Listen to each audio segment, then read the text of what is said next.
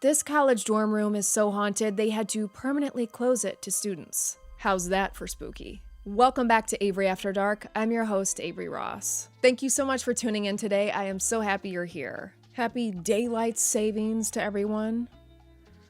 It gets dark at like 4 p.m. now. I think it's safe to say that daylight has been saved enough. We are the ones that need saving. Am I right? Anyways, on Avery After Dark, I cover everything mysterious, chilling, and unexplained. Hauntings, true crime cases, baffling mysteries, you name it. So if that's up your alley, you are in the right place. Hit that subscribe button, leave a like and a comment while you're here, and turn on post notifications. I upload new episodes every week, and I don't want you to ever miss out. Now, without further ado, let's get into today's haunting, shall we? There's a dorm room at Ohio University that has been the subject of ghost stories and folklore for years. Room 428 in Wilson Hall. From the outside, Wilson Hall appears to be just like any other college dorm. It's a stately, red brick building supported by tall, aged white columns, framed by a bed of green grass and shrubs. But inside holds a dark secret. On the 4th floor, there is a room that should not be entered. The knob will not turn.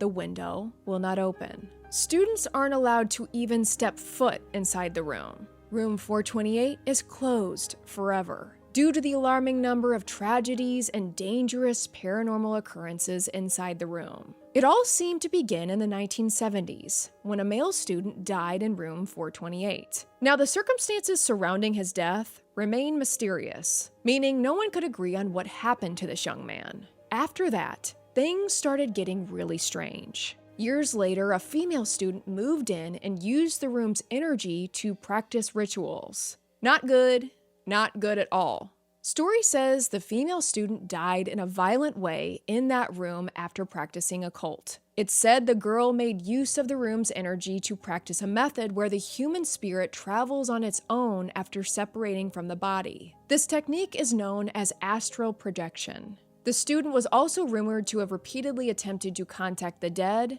and many said that she often dabbled in sorcery practices. And ever since the two, anyone who moved into room 428 would report terrifying occurrences. At all hours of the day and night, objects would fly across the room on their own accord. Students would hear footsteps, strange disembodied voices, that feeling that someone is watching you at all times. Many reported hearing whispering, shouting, even when they were in the room alone. Doors would open and shut on their own. But one of the most haunting aspects of this were the demonic-looking faces that kept appearing in the wood grain of the room's door. This would happen over and over. The school even replaced the door many times, but the faces would always reappear. Creepy. Eventually, it got to be too much. The university was getting calls and complaints around the clock about the strange activity in the room. So the university decided to seal the door shut forever. They deemed the room uninhabitable. Anytime a room has to be sealed up because of paranormal activity, you know it's bad.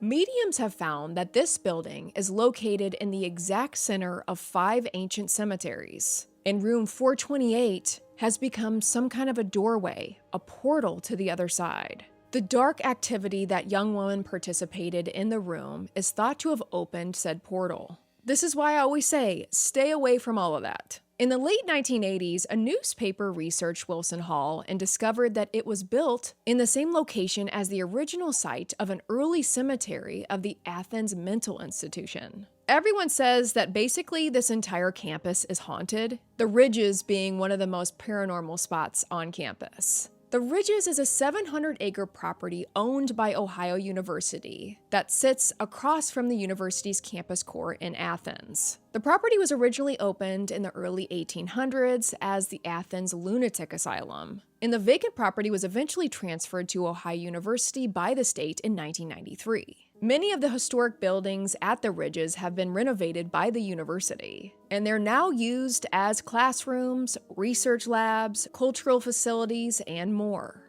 Yeesh, I don't think I'd want a class in that building. But I gotta know, what are your thoughts on Haunted Room 428? Leave them in the comments. This is by far one of the most fascinating ghost stories I have ever heard. I cannot wait to hear your take on this one. And do you know of any similar cases where rooms had to be sealed up? Let me know.